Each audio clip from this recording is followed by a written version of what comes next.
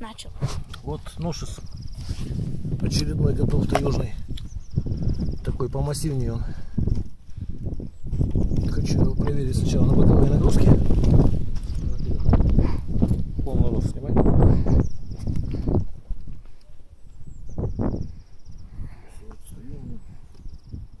Покажи, как он прогибается.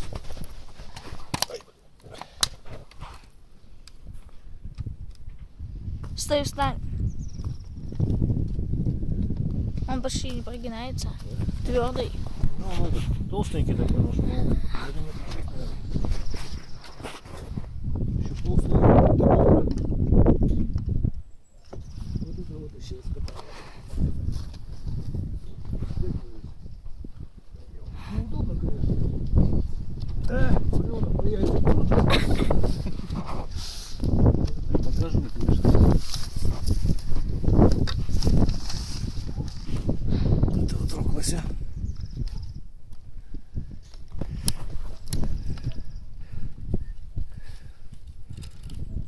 То есть, если косточку заденете, обычно вот лося хватает так разобрать. Вот, ну-ка проверим.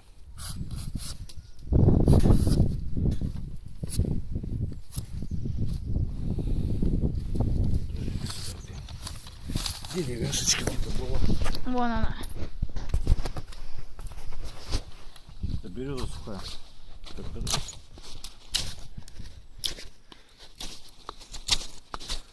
Режет. Чуть-чуть резину.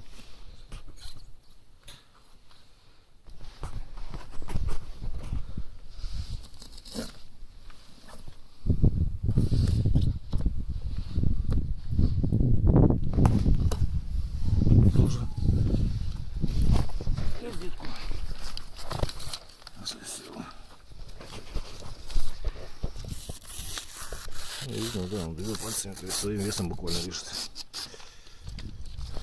Зонная закалочка тут видно, то есть нижняя часть посильнее закалена, это помягче. Так, нужно-то где? В общем, всего доброго, до свидания.